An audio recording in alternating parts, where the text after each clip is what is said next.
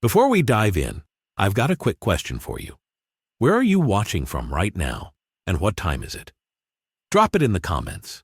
I love seeing how far and wide our viewers are tuning in. Now, imagine this. Rimuru, the adaptive, suddenly enters the Fullmetal Alchemist universe. What happens next? Let's find out. The night Edward Elric commits human transmutation is already cursed, already soaked in regret and desperation. But something is different this time. As the blood seal is completed and the alchemic array ignites, the gate of truth does not open smoothly. It convulses. Symbols distort, equations stutter, and the endless white space behind the gate ripples like a disturbed ocean. Truth, the being that exists beyond morality and time, pauses for the first time in its ageless existence. This transmutation is not merely asking for the impossible. It is tearing into a realm it was never meant to touch. From the fracture in reality, something slips through, not dragged, not summoned, but arriving with quiet inevitability. Rimuru Tempest materializes within the blinding void, his form stabilizing instinctively as his skills begin analyzing a metaphysical space governed by rigid rules and cruel balance. The gate reacts violently, its towering doors shuddering as if rejecting a foreign law of existence. Equivalent exchange attempts to assert itself, to demand payment, to calculate loss, yet finds no reference point. Rimuru is not built on sacrifice. He is growth without theft, evolution without sin. Truth observes him with something dangerously close to curiosity, sensing that this being did not steal power from others, nor beg for it from gods. He simply became. As Edward's body is ripped apart on the other side of the gate, time fractures. Rimuru perceives it all simultaneously. The agony, the cost, the imbalance, and for the first time he understands this world's cruel arithmetic. Souls are currency here. Pain is progress. And yet standing within the gate itself, Rimuru feels no force attempting to claim him. Instead, the system hesitates, as if the universe itself is unsure whether it is allowed to touch him. When Rimuru is expelled from the gate, he does not crash into the physical world like the others. He descends gently into Amestris, landing in the ruins of a half-destroyed alchemic chamber, eyes glowing faintly as great sage continues to process laws that should not be bendable. In that moment, far away, every alchemist who has ever opened the gate feels a chill crawl up their spine, unaware that something has entered their world that exists outside punishment, outside exchange, and outside the truth they believed was absolute. And as Rimuru takes his first step forward, the very foundation of alchemy begins to strain, quietly, invisibly, as if reality itself is bracing for what comes next. Rimuru does not panic. He never does. Even as the air around him hums with unstable alchemic residue and the remnants of the failed transmutation circle sputter and fade, his mind is already moving faster than the world itself. Great Sage dissects the environment layer by layer, identifying matter, energy flow, and a system of transformation governed not by magicules, but by intent and structure. Alchemy, it concludes, is not magic in the traditional sense. It is a rigid science bound to ritualized permission. Circles act as contracts. The gate acts as enforcement. Rimuru finds this fascinating. In his world, power responds to will and understanding. Here, power demands payment first, and mercy never. As he rises from the cracked stone floor, he senses echoes lingering in the space, residual agony imprinted into reality itself. A boy's scream, a brother's body torn apart, a soul dragged screaming into a white abyss. Rimuru pauses, expression unreadable, as his analysis connects these emotional remnants to the gate he'd just exited. This world does not simply punish mistakes, it brands them into existence. Somewhere deep within the metaphysical plane, truth watches. It does not intervene. I study.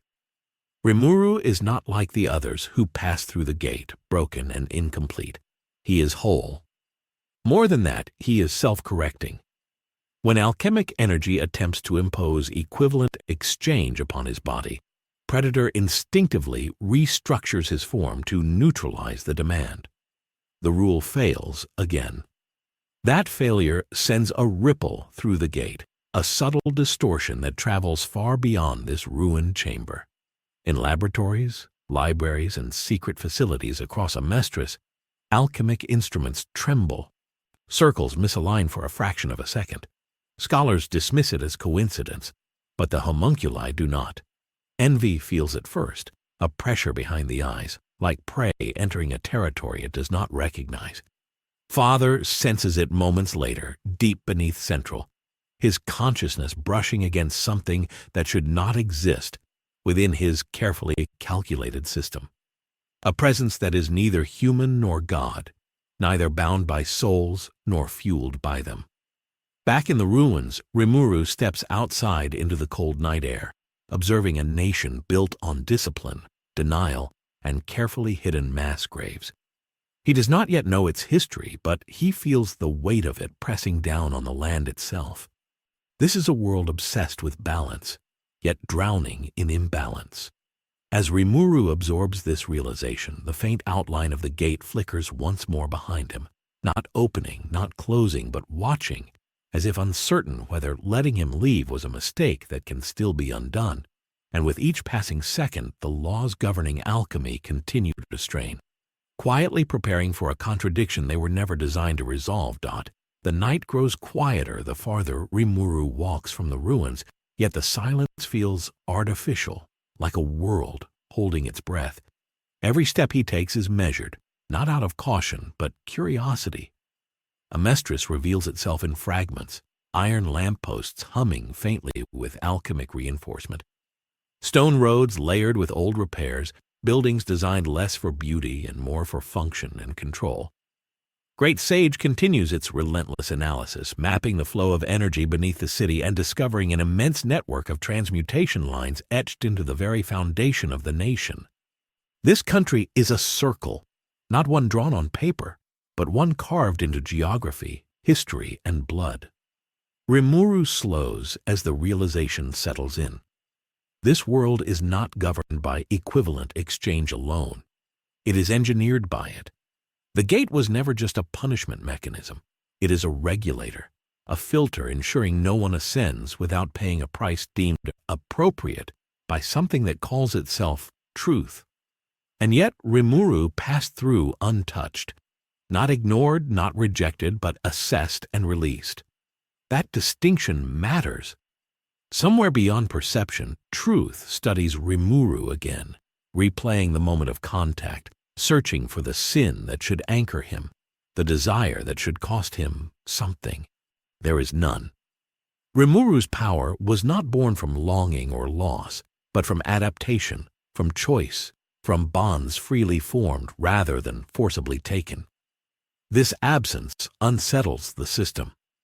Back in Central, Father withdraws deeper into himself, extending his senses across the nation, brushing against Rimuru's presence like a mathematician encountering a number that refuses to fit any equation. He does not feel hunger from Rimuru. He feels independence. That is far more dangerous. The homunculi react in their own ways. Pride's shadows stir uneasily. Greed's suppressed consciousness smirks, intrigued by the idea of something that exists beyond Father's control. Lust feels an instinctual recoil, the philosopher's stone within her resonating with a warning it cannot articulate. Rimuru, unaware of the attention cascading toward him, pauses atop a hill overlooking a distant city skyline. He watches chimneys bleed smoke into the sky and feels the imbalance of souls beneath the streets, compressed into fuel, trapped inside stones, sacrificed to keep a nation stable. His calm expression tightens just slightly. This is not a world that needs conquering. It is a world strangling itself in the name of order. Rimuru does not decide at anything yet. He simply observes, storing data, learning the rules before breaking them. But the moment he acknowledges that these rules are optional for him, the gate of truth trembles once more, its blank white expanse rippling as if reality itself is beginning to question whether it truly understands the thing it allowed to walk free. And in that uncertainty, the first crack forms in a system that has gone unchallenged for centuries. That crack widens the longer Rimuru remains in this world. Not visibly, not dramatically, but in ways only beings tied to the system can sense. Alchemic energy grows subtly unstable around him, not explosive, but hesitant, as if unsure how to respond. When Rimuru reaches out and touches the stone railing overlooking the city, Great Sage instinctively performs a low-level transmutation analysis. No circle, no chant. The stone does not change, yet its composition becomes fully transparent to him. Every atomic bond and structural weakness laid bare in an instant. Equivalent exchange attempts to initiate, demanding cost for knowledge gained, and once again, the demand finds nowhere to attach. Rimuru has not been taken. He has understood. The distinction is fatal to this world's logic. Far beyond Amestris, at the metaphysical threshold where the gate exists outside time, truth finally acknowledges the implication it has been avoiding. This being cannot be taught through loss. He cannot be corrected through suffering. He does not need punishment to grow. That realization sends a quiet ripple through every past transgression the gate has ever judged. If one being can exist beyond its lesson, then the lesson itself is no longer absolute. Father feels the disturbance as a pressure behind his carefully constructed divinity. The nationwide circle humming in faint dissonance. His plan relies on certainty, on predictable exchange, on a universe that answers ambition with sacrifice. Rimuru represents a variable with no price tag, a contradiction walking freely beneath the same sky.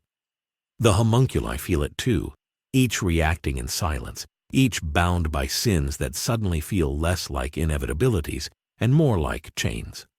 Rimuru turns away from the city, a decision still unspoken, but intent begins to form. He does not seek to overthrow gods or rewrite reality out of arrogance. He seeks understanding first, and once understanding is complete, mercy becomes an option this world has never truly known.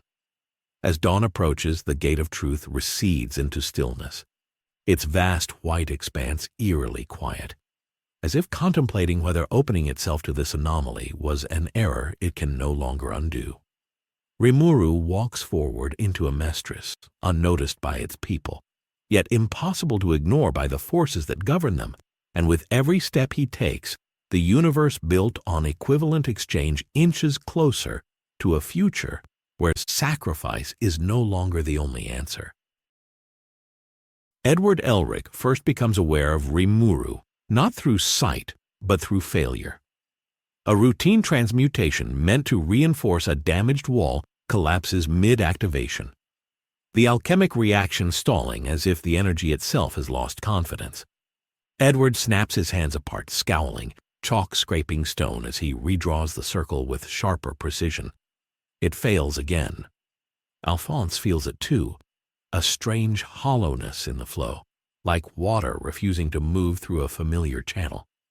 When they trace the disturbance to its source, they find Rimuru standing calmly at the center of a half-destroyed street, examining the environment with mild curiosity, as though he is a scholar rather than the cause of localized reality instability. Edward bristles instantly, automail hand flexing. He has seen enough anomalies to distrust anything that doesn't fit the rules. Rimuru introduces himself simply, voice even, posture open, and in that moment Edward feels something worse than threat. He feels uncertain. When Edward attempts to analyze Rimuru using alchemy, clapping his hands and forcing a transmutation designed to read biological composition, the reaction misfires spectacularly. The energy flows toward Rimuru, hesitates, and then disperses without effect, as if the world itself refuses to define him. Alphonse watches in stunned silence as Rimuru tilts his head, Great Sage already processing the attempted analysis. Rimuru does not resist. He learns. In seconds, he begins describing alchemy back to them, not as theory, but as observed law, explaining how intent, structure, and mass interact under a governing system that enforces balance through loss. Edward freezes. These are insights it took him years to understand, spoken casually by someone who learned them by being targeted. Rimuru then demonstrates something that should be impossible. Without a circle, without clapping, he manipulates matter, not through alchemy, but through refined control of internal energy, producing an effect nearly identical to transmutation. Equivalent exchange screams in protest, but finds no theft, no imbalance, no cost to demand. Edward explodes in outrage, accusing Rimuru of mocking the very suffering that defines alchemy. Rimuru listens, truly listens, and responds with a quiet question that cuts deeper than any accusation. What if the cost was never necessary, only enforced? The air between them tightens as that idea takes shape, dangerous and intoxicating, and as more alchemists begin to gather, drawn by rumors of a being who breaks the rules simply by existing, the world's most sacred law stands on the edge of its first genuine challenge. Edward, quote, anger does not fade. It sharpens. He lunges forward, slamming his hands together and driving them into the ground, stone erupting upward in a jagged spear aimed straight at Rimuru's chest. The attack is fast, precise, and fueled by years of discipline. Rimuru does not move out of the way. The stone halts inches from his body, not shattered, not redirected, but gently arrested, as if the command to continue simply never reached it. Great Sage dissects the transmutation mid-execution, mapping its intent, structure, and energy cost in real time. The predator does not activate to consume, but to adapt. Rimuru reaches out and places a hand on the stone, and in that instant, the entire process is replicated internally. When he releases it, the spear dissolves back into dust, its mass redistributed without collapse or backlash. The surrounding alchemists gasp. Equivalent exchange should have demanded something. It always does. Edward stumbles back, not from fear, but from the weight of a lifetime belief cracking under pressure. Alphonse steps forward, voice calm but shaken, asking the question Edward cannot bring himself to say. How? Rimuru explains without arrogance, describing his ability to analyze phenomena until the rules governing them become optional rather than mandatory. Alchemy, he observes, is a closed system designed to prevent unchecked growth. Predators are not thieves. It is assimilation through understanding. The distinction terrifies them. More alchemists arrive, some cautious, others openly hostile, their circles already drawn. A coordinated attack follows, transmutations colliding from every angle, fire, steel, stone, each precise and lethal. Rimuru remains still as the storm converges. His body shifts, not visually but functionally, adapting to each reaction, nullifying intent rather than energy. The attacks fail not because they are weak but because they are predictable. In the aftermath, silence crashes down harder than the explosions ever could. Edward realizes something horrifying. Rimuru is not breaking the rules by force. He is stepping outside them entirely, and in doing so, he is revealing that the rules may never have been absolute in the first place. The silence does not last. It never does in a world built on conflict and control. Word spreads faster than reason, carried by shaken alchemists and fractured reports of being immune to equivalent exchange. Military forces arrive soon after, uniforms crisp, rifles raised, circles already etched into gloves and weapons. To them, Rimuru is not a philosophical problem. He is a threat to national stability. Edward steps instinctively in front of him, confused by his own reaction but unable to ignore it. Rimuru has not harmed anyone. He has not taken anything. And yet, the fear in the air is suffocating. A commanding officer gives the order, and the first volley fires. Bullets shatter against an unseen barrier as Rimuru's body instinctively adapts, dispersing kinetic energy into harmless vibrations. He does not retaliate.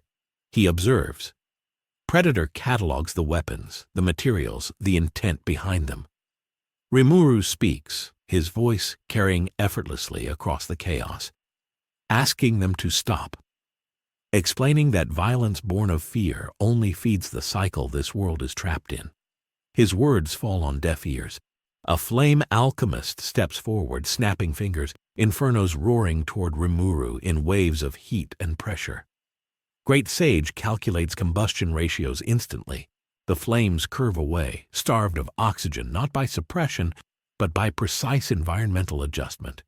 The crowd watches, horrified, as their strongest techniques are rendered meaningless.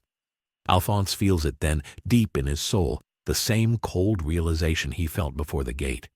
This is not power-seeking domination. This is power that does not need permission. Edward's voice cracks as he demands to know what Rimuru wants. The answer is simple: understanding. That single word destabilizes the entire encounter. Father senses it clearly now, the nationwide transmutation circle humming louder as if attempting to reassert authority. The Philosopher's stones embedded throughout Amestris react violently, their trapped souls screaming in resonance with Predator's analytical gaze.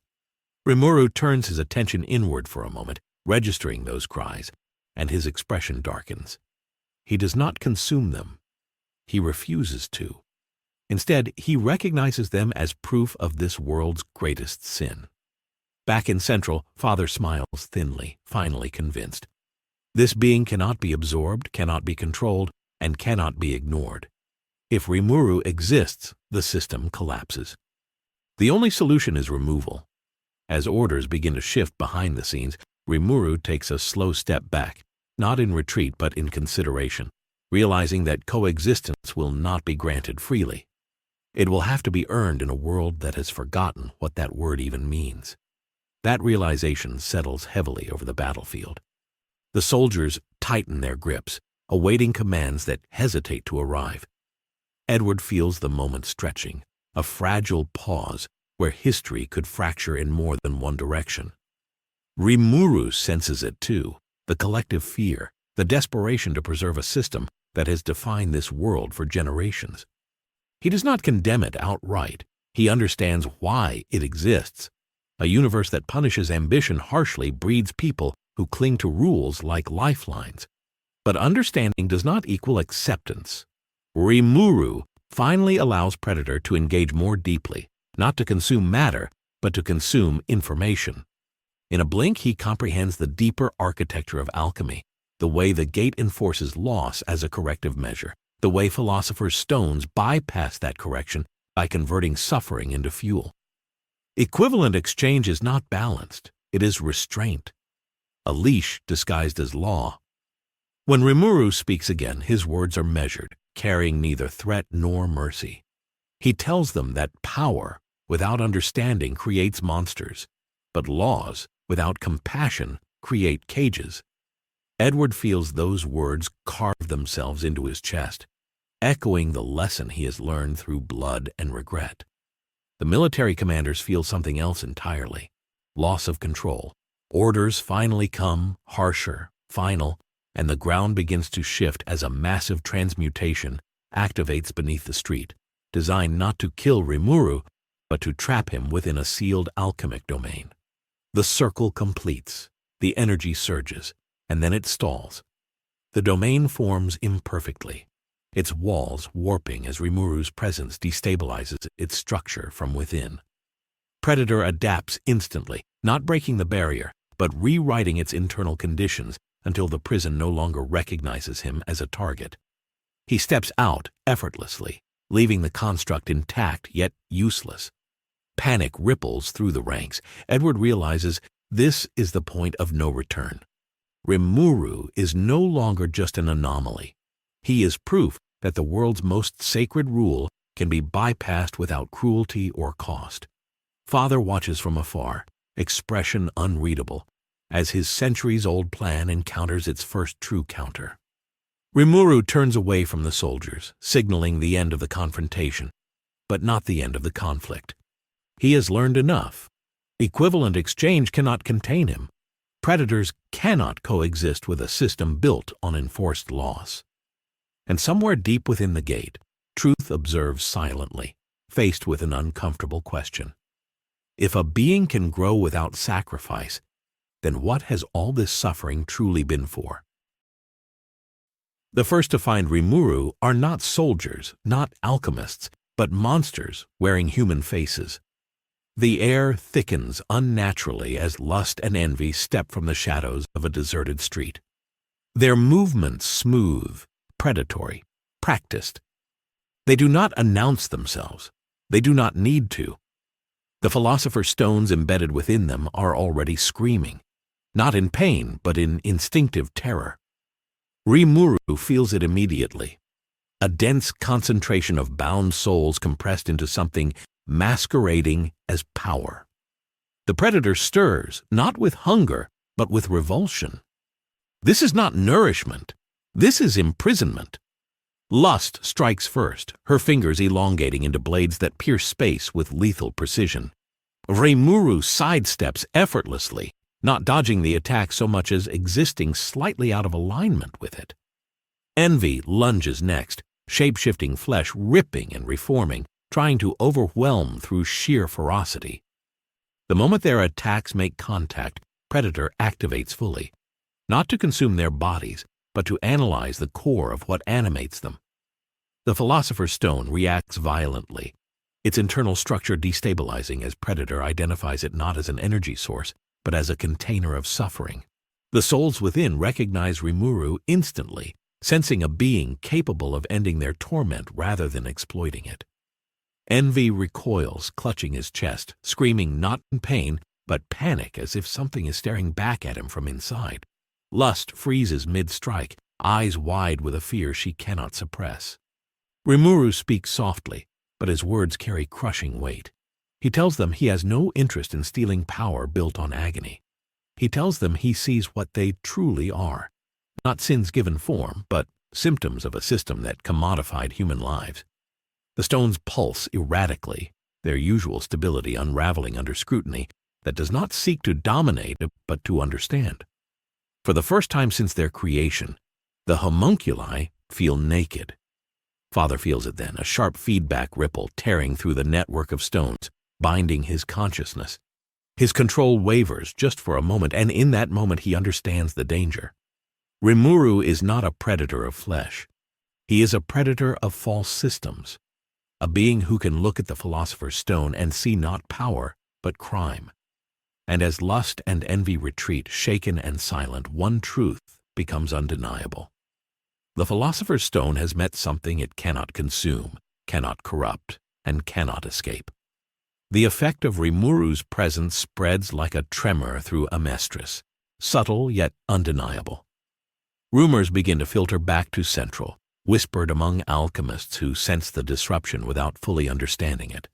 The Philosopher's Stones embedded in the homunculi are reacting in ways no one expected.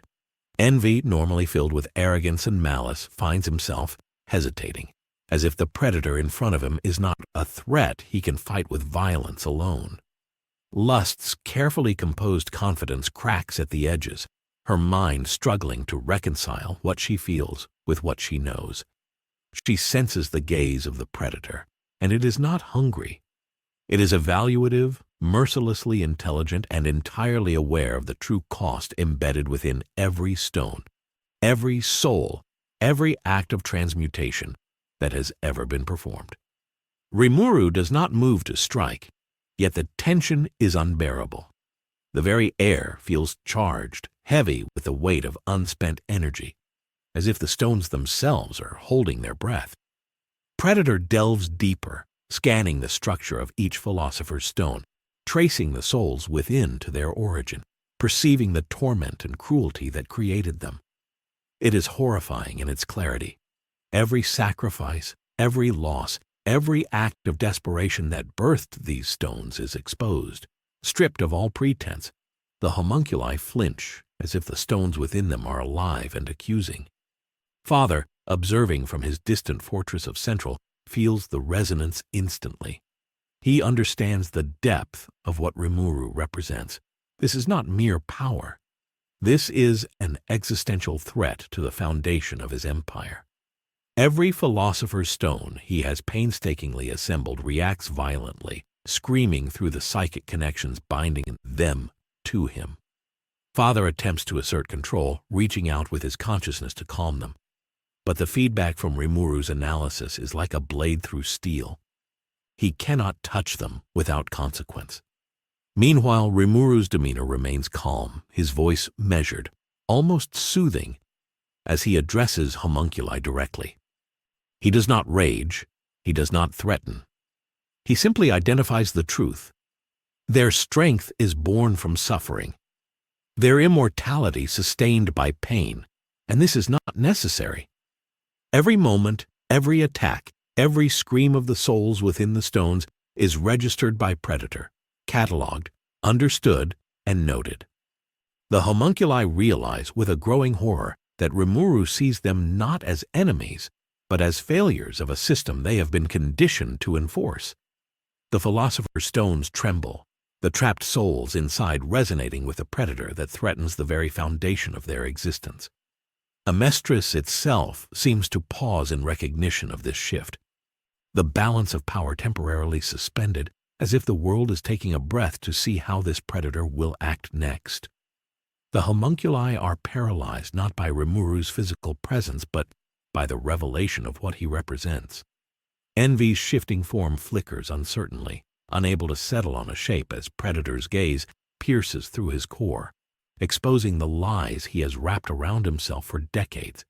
Lust's blade-like fingers tremble, not from weakness, but from an instinctive awareness that the power she wields is meaningless in the presence of a being who sees the truth behind it. Even gluttony, hidden and waiting, feels the stone within him shiver as if it senses its own fragility for the first time. Predator does not consume, does not attack. Rimuru's approach is surgical, meticulous, a deep analysis of the constructs of suffering compressed into stone, and every observation is a sentence of silent judgment. The air vibrates with the tension of unspoken truths. Somewhere deep beneath Central, Father senses the disturbance reverberating through his carefully orchestrated network. The Philosopher's stones, once extensions of his will, are screaming in recognition of a predator that cannot be appeased or controlled. He extends his consciousness to calm them, to reassert dominance. But each attempt is met with resistance not born of defiance, but of the predator's pure analytical presence.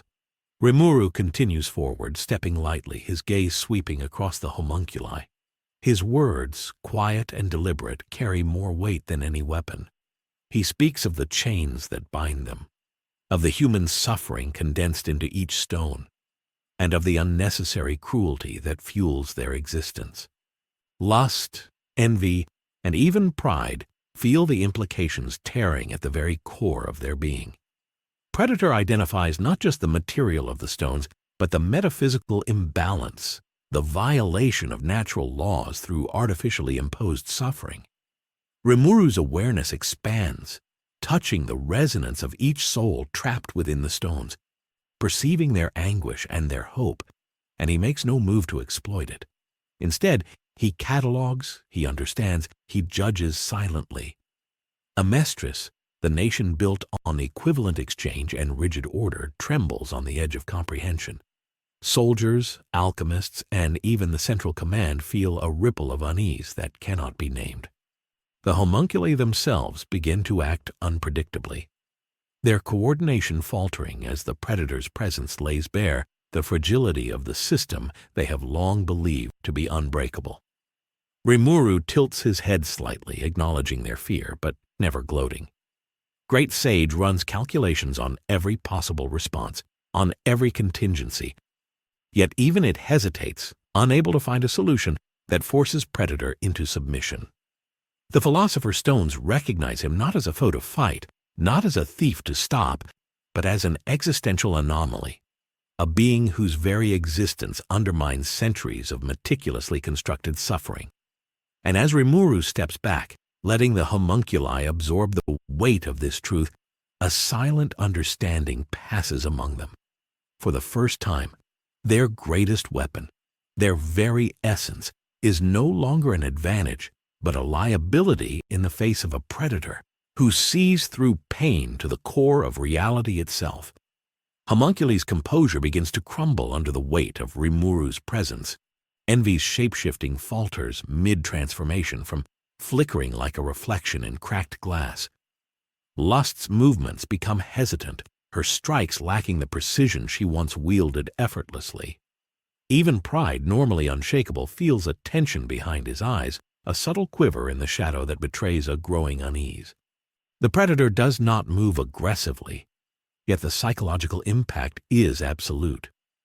Rimuru steps closer, voice calm but resolute, explaining that their power, so carefully nurtured, so cruelly refined, is built on foundations of suffering that are unnecessary, exploitable, and morally bankrupt. Each word is a scalpel, slicing through the armor of centuries-old conditioning. The Philosopher's stones within the homunculi resonate violently, their trapped souls thrashing in recognition of a predator who cannot be subdued by force, cannot be bribed, cannot be deceived. This is not combat, this is a revelation. Gluttony, lurking in the shadows, feels the predator's presence even without direct sight. His stone pulses erratically, the restrained hunger within him twisting into confusion. The very essence of the homunculi, their supposed immortality and dominance, begins to unravel under Rimuru's analysis. He identifies the imbalance in their existence, the unnatural compression of human suffering into consumable power, and the predator instinctively maps the failure points in the system that created them. Amestris itself seems to respond as though aware that the fundamental laws governing life, death, and alchemy are being questioned. Even distant alchemists sense a strange unease in the ambient energy, their circles faltering, transmutations misaligning, as if the fabric of their science is holding in its breath. Father, deep in Central, senses the disturbance instantly. His network of Philosopher's stones vibrates violently, each screaming a recognition of Rimuru's threat. He extends his consciousness to reassert control, but the feedback is immediate, sharp, and destabilizing. Predator has touched the stones in ways even he cannot dominate. Rimuru observes quietly, great sage analyzing every micro-reaction in the stones, every shift in the homunculi's composure. He does not consume, he does not destroy. He reveals. And revelation is more dangerous than any attack. Lust drops her arms slightly, uncertainty flickering across her face for the first time. Envy retreats a pace, internal conflict cracking through centuries of malice. Pride's shadow recoils ever so slightly, the confidence of an empire built on fear and obedience momentarily shattered. Rimuru's calm, deliberate presence forces them to confront truths they have been conditioned to ignore. That their power is not absolute, that their existence is a symptom of a flawed system, and that a being who sees through it all can exist outside the reach of equivalent exchange, outside the control of Father, and outside the judgment of truth. The world seems to pause, holding its breath as Predator's gaze sweeps across Amestris. Rimuru steps back, allowing the homunculi to absorb the full weight of the revelation. The stones embedded within them thrash one last time, souls reacting not to attack, but to understanding, to recognition, to the realization that freedom is possible even in a world built on chains. And in that pause, Father feels something he has never felt before: doubt. A quiet, almost imperceptible doubt creeps into his carefully ordered mind, signaling that the predator standing before the homunculi is not merely an opponent, but a catalyst that could unravel everything he has built. Amestris teeters on the edge of change, and Rimuru, the predator who requires no cost, no theft, and no sacrifice, remains the unmovable center around which the very foundations of power begin to fracture. The moment Rimuru steps deeper into the heart of Amestris, the very air seems to hum with anticipation, as if the world itself is aware that something fundamental is shifting. Truth, the incomprehensible force behind alchemy, stirs. For countless eons, it has observed humanity through the prism of equivalent exchange, meting out punishment, wisdom, and power in perfectly calculated doses. Yet this being before it is unlike any other. Rimuru is not seeking to take, to cheat, or to defy in arrogance. He exists beyond the rules, beyond the cycles of loss and gain. Entirely outside the system truth enforces, that alone is an anomaly, but it is compounded by predator. Every step Rimuru takes is a step of analysis, adaptation, and understanding. The philosopher's stones of the homunculi, already destabilized, pulse violently in resonance, as if screaming silently across the metaphysical boundary.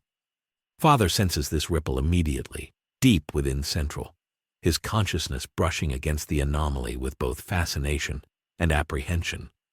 This is the first time he has felt uncertainty in his carefully constructed empire. The calculations that have guided him for decades fail to account for a being who thrives without cost. Rimuru does not seek confrontation, yet confrontation comes anyway.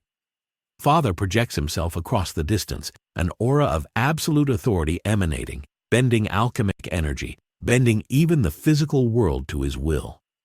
The air thickens, charged with impossible energy, as a single thought of Father's reaches Rimuru. The predator senses it, and without effort, adapts. Equivalent exchange attempts to assert dominance, attempting to impose cost and consequence upon his existence, but predator calculates instantly that there is no anchor to attach the principle to.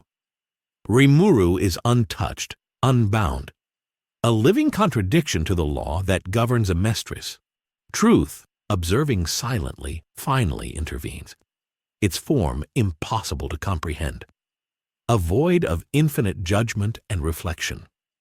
It speaks not through words, but through presence, sending a wave of existential weight crashing over Rimuru, an invitation to understand the very nature of creation and consequence. Rimuru meets it, unflinching, his body and mind fully aware that this is the ultimate observer, the arbiter of all alchemy, yet unable to force compliance. Predator calculates probabilities, adapts patterns, and notes the impossibility. The system attempts to drag him into the white void of judgment, to test him, to see if there is any flaw, any point where equivalent exchange might claim dominion. Rimuru does not resist, because there is nothing to resist. He cannot be claimed, cannot be measured, cannot be broken. Father, feeling the interaction, realizes the magnitude of the challenge. This is not merely an outsider. This is a force that invalidates the very foundation of his existence, the system upon which he has built his immortality and power. The world beneath them trembles subtly, as if the mountains, the rivers, and even the cities themselves are aware that a being exists who is exempt from the rules they have been forced to obey for centuries. Alchemists scattered across Amestris sense the distortion, feeling their powers falter, their circles destabilize, and even the simplest transmutation loses precision. They are witnessing a lawless presence in a world that has always demanded obedience. Rimuru's steps are deliberate, his eyes scanning, calculating, not for victory, but for understanding. Great sage runs simulations that even truth pauses to consider, evaluating possibilities that should not exist, outcomes that no alchemy has ever accounted for.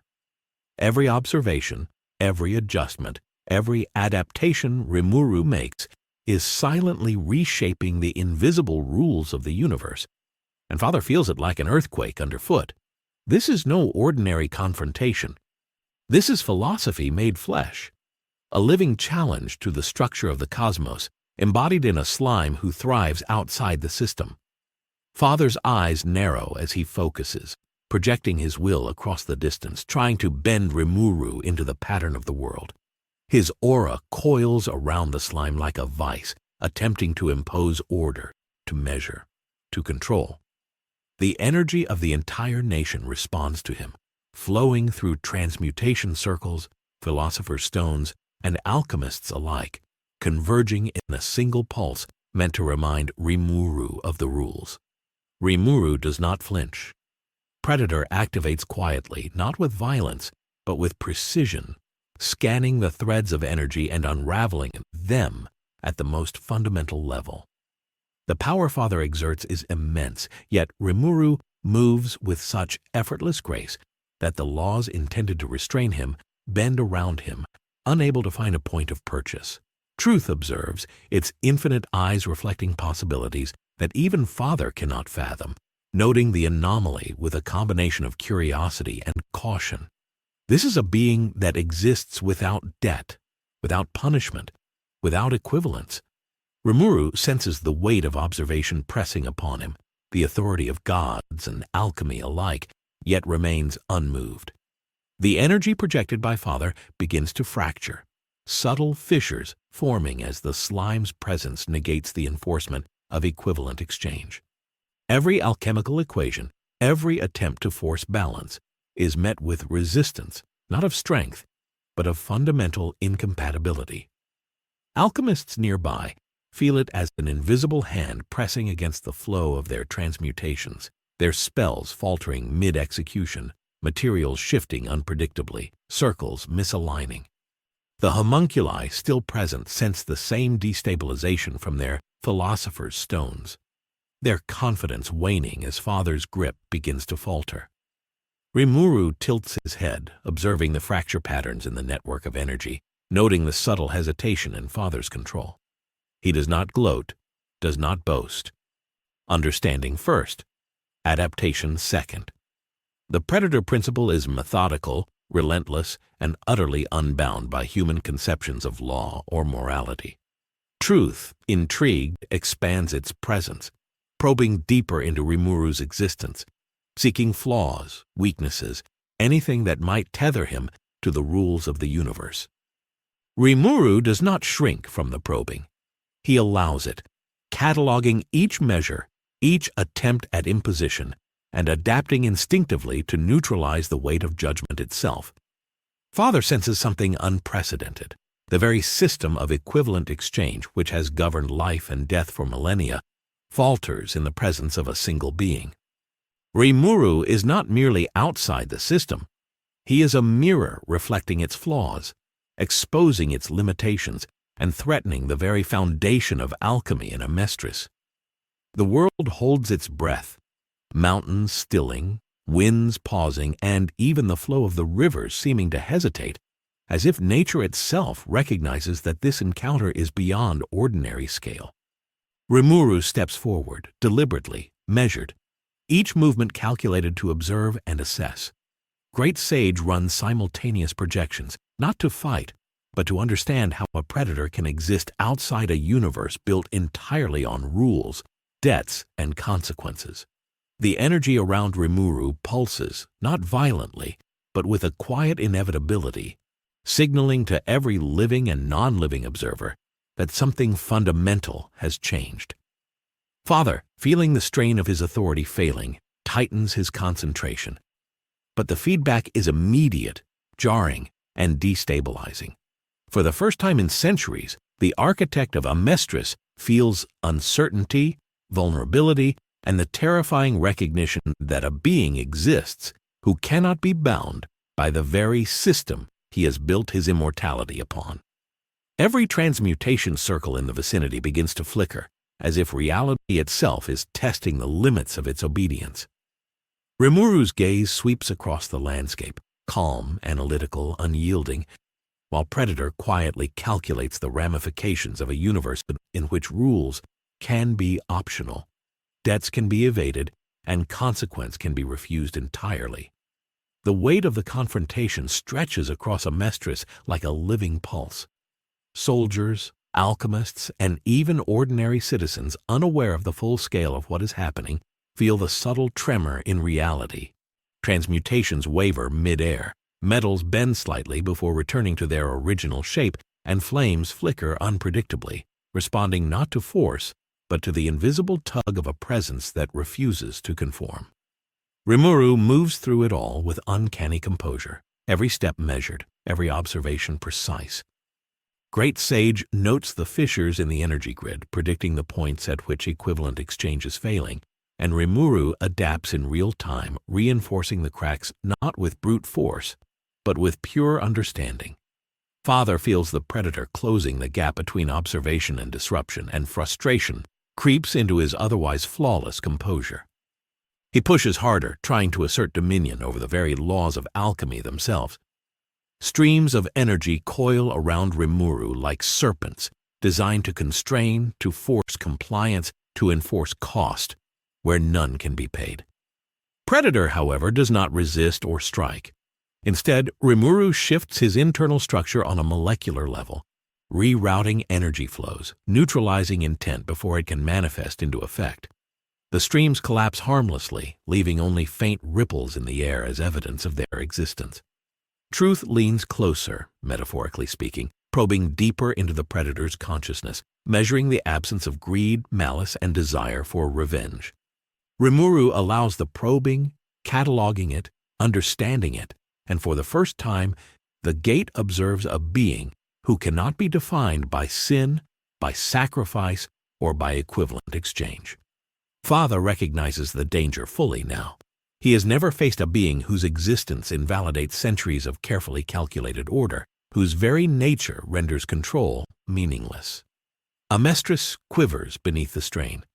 Transmutation circles, philosopher's stones, and alchemic constructs all react unpredictably, faltering under the weight of the anomaly that is Rimuru. The homunculi, still present, can do nothing but watch, their confidence eroded by the predator who sees not as a threat to conquer, but as a flaw to expose. Rimuru steps deliberately, each motion a demonstration of control without imposition, mastery without cruelty. He observes the collapse of systems around him with a calm precision that unsettles even the most seasoned alchemists. Great Sage calculates outcomes, predicting how this presence could destabilize not only local energy networks but the very philosophical underpinnings of Amestris itself. The cities, the mountains, the rivers, everything that relies on rigid laws, shivers subtly in response. Father reaches out once more, projecting a sphere of overwhelming alchemic authority designed to contain, to test, to punish. Rimuru does not flinch. Predator assesses the construct, identifying weak points in the imposed order, neutralizing each as it is formed. The sphere wavers, collapses, and reforms, yet each iteration is rendered ineffective before it can function. In this moment, Father feels the true magnitude of Rimuru's existence, a being who cannot be measured, cannot be constrained, and cannot be broken by the very principles that have governed his world for centuries.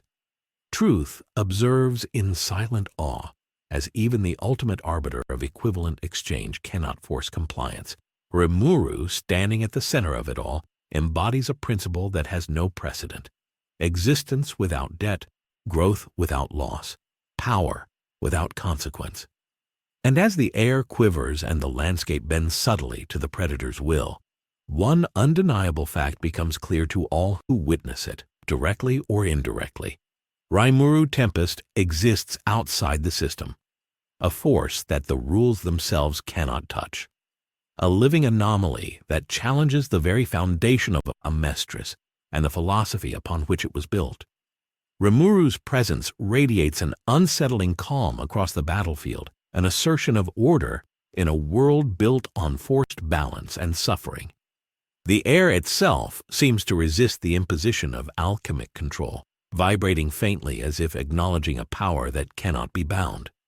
Father tightens his focus, attempting one final overwhelming exertion of authority, projecting every ounce of his consciousness and the cumulative power of Amestris' transmutation network toward Rimuru. The ground quakes, energy streaks across the skies, and every philosopher's stone screams in resonance. Yet Predator, fully engaged, does not react with aggression.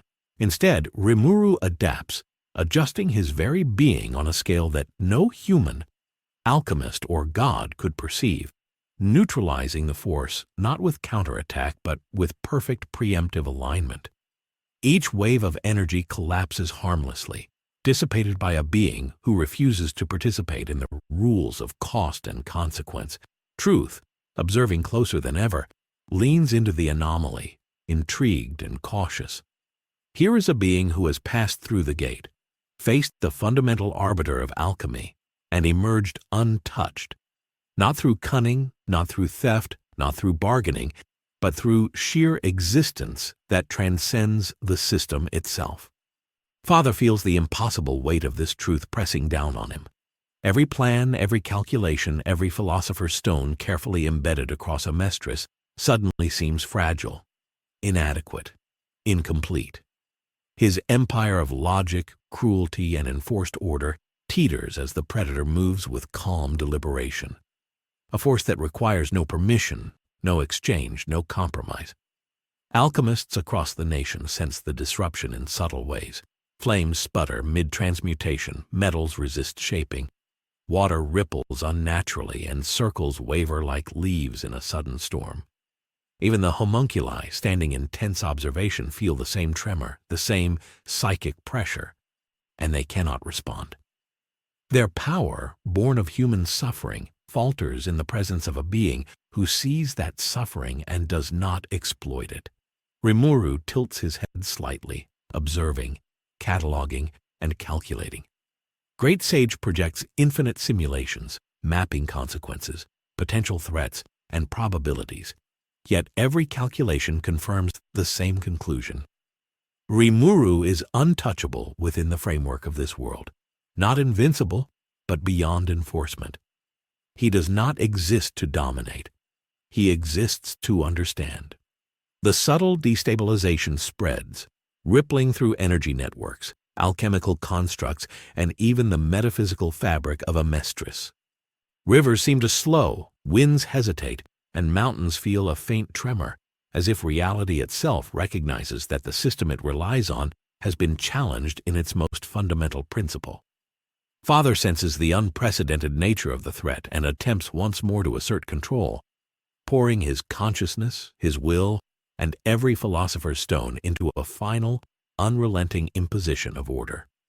Predator responds instantly, neutralizing intent before it can manifest as effect, untangling energy threads with surgical precision and adapting faster than any calculation could predict. For the first time, the architect of Amestris feels his designs fail.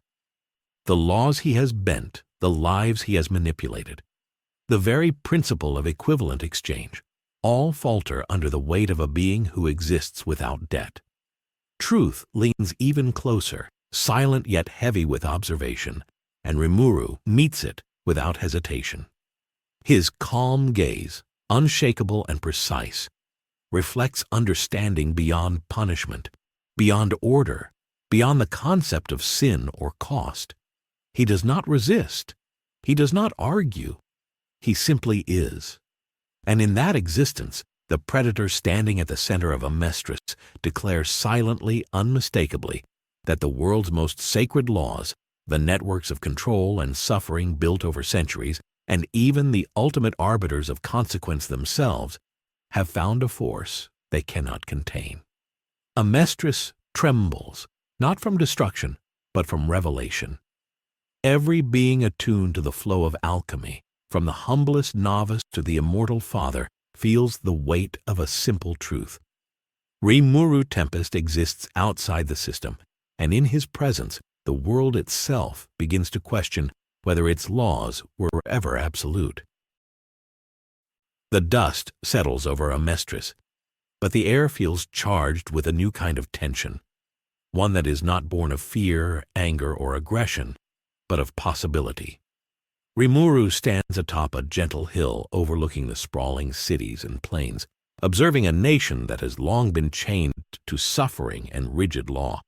His presence alone has already destabilized centuries of carefully constructed hierarchy, exposed the fragility of the philosopher's stones, and forced even Father to confront the limitations of his authority. Great Sage hums quietly, cataloging every outcome of the recent events and projecting how the world will evolve under the subtle yet profound influence of a being who exists beyond the system. Where before every transmutation carried the weight of sacrifice, now there is a new paradigm emerging. Understanding without cost, growth without pain, power without enforced debt. Alchemists across the nation feel it first in the subtlest ways. The flow of energy within their circles is easier, more responsive, less constricted by fear of miscalculation. Metals mold without strain, flames burn with precision, and water and earth obey intent naturally, rather than punishing failure with catastrophic consequence. The homunculi, once instruments of suffering, now stagger as the foundations of their existence begin to falter. Philosopher stones pulse erratically, their internal souls sensing a predator who will never exploit them but sees their true nature. Father senses the shift with an intensity that shakes him more than any physical attack ever could. The rules he has imposed, the lives he has manipulated, the network of suffering designed to maintain control, each falters under the presence of Rimuru, a being who requires nothing from the world yet touches it profoundly. Cities begin to experience subtle changes first. Crops in previously barren fields respond more readily to nurture, not alchemic coercion. Rivers run clear where previously they were muddied by the consequence of alchemic manipulation. Even the weather shifts imperceptibly, aligning more closely with natural patterns than the rigid cycles imposed by human intervention. Alchemists begin to experiment without fear, discovering new applications and techniques they would have once considered too dangerous or costly. There is no instant transformation, no sudden utopia, but a gradual, undeniable rewriting of the rules. The cycle of pain that had governed Amestris for centuries weakens, replaced by a system guided by understanding and intention rather than enforced balance. Rumors spread quickly among the population. A being has appeared who moves outside the laws of the world, and in doing so has opened the door to a new way of living. One where growth does not demand loss, and mistakes do not guarantee suffering. Even the remnants of war and conflict begin to fade under this invisible pressure. Small villages that had once been crushed by the weight of alchemic demands find their resources restored naturally, as if the world itself has decided to test a new equilibrium. Father withdraws temporarily into the depths of Central, attempting to recalibrate, to reassert dominance, but even he cannot impose the same level of control as before. Rimuru's existence has rewritten the potential of the system itself. Great Sage projects further into the future, calculating how this new paradigm will influence not only alchemy, but society, economy, and the relationships between people. Knowledge that once required dangerous experiments and immense sacrifice can now be pursued safely, encouraging innovation and discovery without the price of suffering. The homunculi, destabilized yet unwilling to concede fully, watch from the shadows, recognizing that their influence is waning and that their power, once absolute, is now conditional on cooperation rather than fear. The people of Amestris, unaware of the full scale of what has occurred, begin to experience subtle shifts in daily life. Fewer accidents during alchemical experiments, more predictable results from transmutation, and a growing sense of autonomy over the forces they had long obeyed blindly. Rimuru observes all of this with measured calm, Great Sage calculating the long-term outcomes of these changes, noting that while chaos may still exist, it is the productive kind, chaos of growth, innovation, and potential, not suffering, punishment, or enforced debt.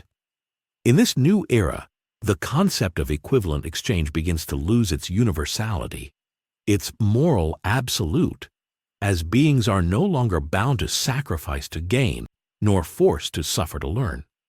Amestris is on the cusp of transformation, and at the center of it stands a slime who requires nothing, consumes nothing, yet whose mere presence has redefined the rules of reality itself. The transformation of Amestris under Rimuru's subtle influence does not happen in grand cataclysmic gestures, but in the quiet, persistent shifting of systems that have long been ossified by tradition, fear, and control. Alchemists who once hesitated to experiment for fear of consequence now move with cautious confidence, testing new theories and techniques without the ever-present dread of equivalent exchange punishing them for a minor miscalculation. Cities once choked by the weight of rigid law and military oversight begin to hum with productivity and innovation. As the laws governing alchemy respond more fluidly, allowing intention to guide creation rather than fear to constrain it. In rural areas, crops flourish in fields that had been considered infertile under old practices. Water flows more predictably, earth responds more naturally to cultivation, and even the climate seems subtly more accommodating, no longer strictly constrained by the cumulative weight of human-enforced balance. Rumors of Rimuru's presence, of a being capable of existing outside the rules, spread like wildfire through Amestris. Stories grow, half fact, half legend. A creature whose existence defies punishment, whose power is not taken at a cost, and whose presence alone reshapes the world. These stories ignite hope in ordinary people and terror among those whose influence has long depended on the strict enforcement of law and consequence. Even Father, from his seat in Central, senses the irreversible nature of the changes unfolding. The network of Philosopher's stones that once bound the nation to his will pulses unpredictably, reacting to the predator's influence in ways that cannot be controlled. Each stone vibrates with the recognition that there is now a way to exist without forcing suffering, that the system of punishment and debt can be circumvented, not through rebellion or theft, but simply through understanding and presence.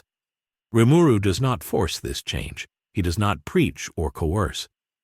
He observes, adjusts, and interacts where necessary, allowing the natural consequences of his existence to ripple outward, subtly undermining structures built on pain and control. Even the homunculi, destabilized and uncertain, begin to adjust. Their stones, once perfect instruments of domination and fear, flicker in resonance with predators' analytic awareness. Some retreat into the shadows, unsure of how to proceed. Others, like lust and envy, reconsider their roles in the world, feeling for the first time that power does not require cruelty. Edward and Alphonse Elric, witnessing these shifts firsthand, are both awed and disoriented. The lessons they had internalized about equivalent exchange, punishment, and the necessity of cost are challenged at a fundamental level. Transmutation no longer carries the same weight of dread. It is now a tool to understand, to create, and to improve, rather than a mechanism of inevitable loss. Rimuru's presence is subtle yet undeniable, reshaping the moral and metaphysical fabric of Amestris, one observation, one adaptation, one act of understanding at a time. Great Sage projects the long-term implications. Innovation, collaboration, and moral consideration rise as guiding principles. The predator has created a world where knowledge and power are no longer enslaved to suffering, and where the very concept of sacrifice begins to fade from universal law. In this slowly unfolding new order, Rimuru stands at the center, not as a conqueror, not as a ruler, but as a catalyst, a being whose very existence redefines what is possible, and whose influence is rewriting Amestris without the cost, without the pain, and without the chains that have bound the world for centuries. The longer Rimuru remains in Amestris, the more pronounced the changes become. Structures of power, once rigid and unyielding, begin to adapt instinctively, not through fear or compulsion, but through observation of a system that now operates on understanding rather than debt. Cities, villages, and alchemists alike respond to this invisible recalibration. Weapons once designed for dominance over life falter in their destructive capacity, not because they are broken, but because the energy that fuels them, once bound by the strict law of equivalent exchange, is now subtly influenced by a predator who recognizes no need for enforced punishment. Farmers notice soil responding more readily to care. Alchemists discover new materials that behave unpredictably yet favorably, and students of the art begin to experiment with previously forbidden techniques without risk of catastrophic failure. The homunculi, destabilized by the resonance of their philosopher's stones, are forced to confront a reality in which their very essence no longer guarantees power. Gluttony feels the pull of a law he cannot bend. Pride senses the shadow of authority slipping, and envy's shape-shifting falters as the predator silently evaluates each attempt to maintain dominance. Lust, once confident in the lethal precision of her stone, feels hesitation for the first time, understanding on some instinctive level that the predator does not operate by rules that can be challenged or broken. He exists beyond them entirely. Father, observing from Central, experiences an unprecedented internal crisis. The network of stones and alchemists under his control, designed to execute his will and maintain a perfect balance of power, reacts unpredictably. Transmutations misfire, constructs destabilize, and the very concept of enforced equivalent exchange is questioned at the core. Even the Great Seal of Central, a symbol of absolute authority, shudders under the metaphysical pressure exerted by Rimuru's presence. Rimuru himself does not act with malice or aggression. His movements are deliberate, observational, and precise. Great Sage continuously runs simulations, projecting not only physical outcomes but societal and philosophical shifts as a result of his presence. Each observation, each adjustment ripples outward, subtly reshaping the rules without overt interference. Education, research, and moral reasoning begin to shift in ways that had been impossible under the rigid constraints of old laws. Children learning alchemy for the first time are no longer constrained by fear of loss, and masters of the art are able to pursue understanding without forcing suffering into their calculations. Even the military feels the change. Soldiers trained to rely on strict enforcement of alchemic law find their abilities subtly enhanced by a world that now responds fluidly to intent rather than punishment. Experiments that would have resulted in disaster now succeed, encouraging innovation and collaboration instead of hierarchy and fear. Rimuru, observing these developments, does so quietly, letting the changes propagate naturally. The predator does not need to enforce. The system itself begins to correct under his presence. Amestris starts to feel like a living entity learning a new form of equilibrium, one that thrives on understanding, cooperation, and freedom rather than debt, suffering, and rigid control. The homunculi, destabilized yet unwilling to surrender entirely, retreat into calculated observation, recognizing that domination alone can no longer secure their position. Even Father's consciousness, extending across the country, feels strain. For the first time, his absolute authority is not sufficient to dictate outcomes, not because of lack of power, but because the very rules he depends upon have been undermined by the existence of a being beyond cost, beyond debt, beyond consequence. The nation holds its breath as Rimuru continues his quiet observation, every movement a lesson in what it means to exist outside the system. Great Sage projects long-term trajectories. The infrastructure of Amestris, once rigidly bound to laws of punishment and equivalent exchange, now has the potential to evolve freely.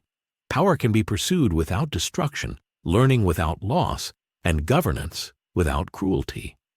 Rimuru stands as the fulcrum of this transformation, a living catalyst proving that a world can operate on principles of understanding rather than sacrifice.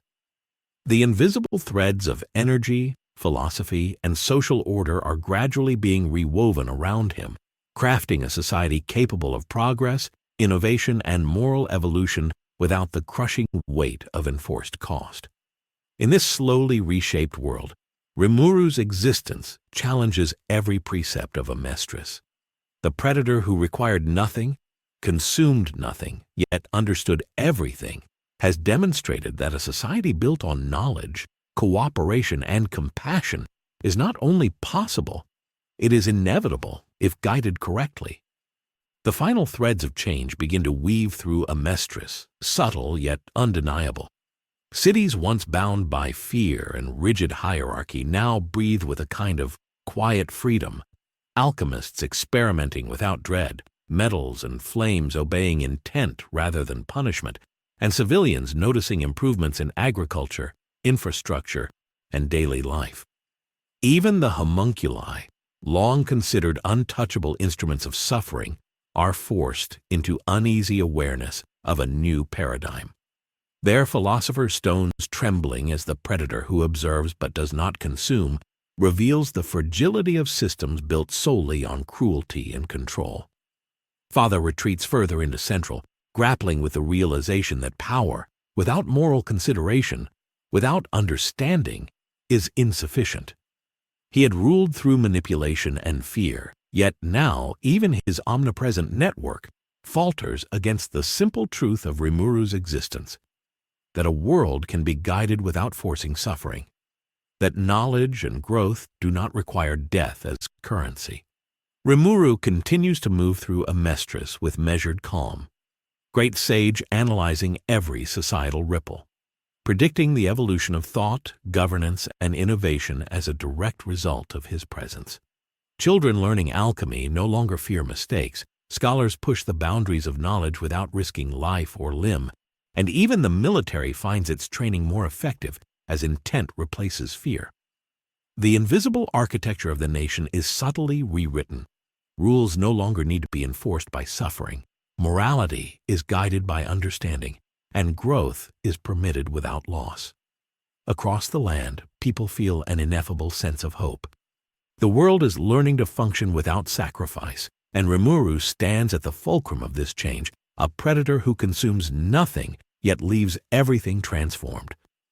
The homunculi, destabilized but alive, retreat to contemplate what it means to wield power in a world no longer bound to pain. Father remains a figure of immense authority, but even he must reckon with the reality that the ultimate law of Amestris, the law of equivalent exchange, can be challenged, bent, and reshaped by a being who exists outside its reach. As the dust settles, rivers flow clearer, crops grow stronger, and the air carries a faint sense of liberation, as if the very soul of Amestris is exhaling after centuries of oppression. Rimuru, quiet and contemplative, surveys the changes he has catalyzed, not with pride, but with observation. Great Sage projects countless paths for the nation, now freed from the rigid chains of enforced sacrifice, each possibility more promising than the last. A world once governed by punishment and debt has been nudged almost imperceptibly toward a system of understanding, cooperation, and moral evolution. And in this new era, the people of Amestris, unaware of the full depth of the changes, begin to live in a reality where mistakes no longer demand suffering, power no longer requires cruelty, and growth is permitted freely. Rimuru stands at the center of it all, a predator without a price, a being who redefined the rules simply by existing, and whose presence ensures that Amestris will never return to the rigid, cruel order it once knew. And so a world once ruled by sacrifice, fear, and rigid law has begun to rewrite itself. Through the quiet, transformative presence of a slime who requires nothing but understands everything, Amestris has glimpsed the possibility of a life guided by knowledge, compassion, and freedom. A world once chained to equivalent exchange now steps toward evolution, leaving behind the old cycles of suffering, and in its place, a future shaped not by debt or punishment, but by understanding, growth, and the promise of change.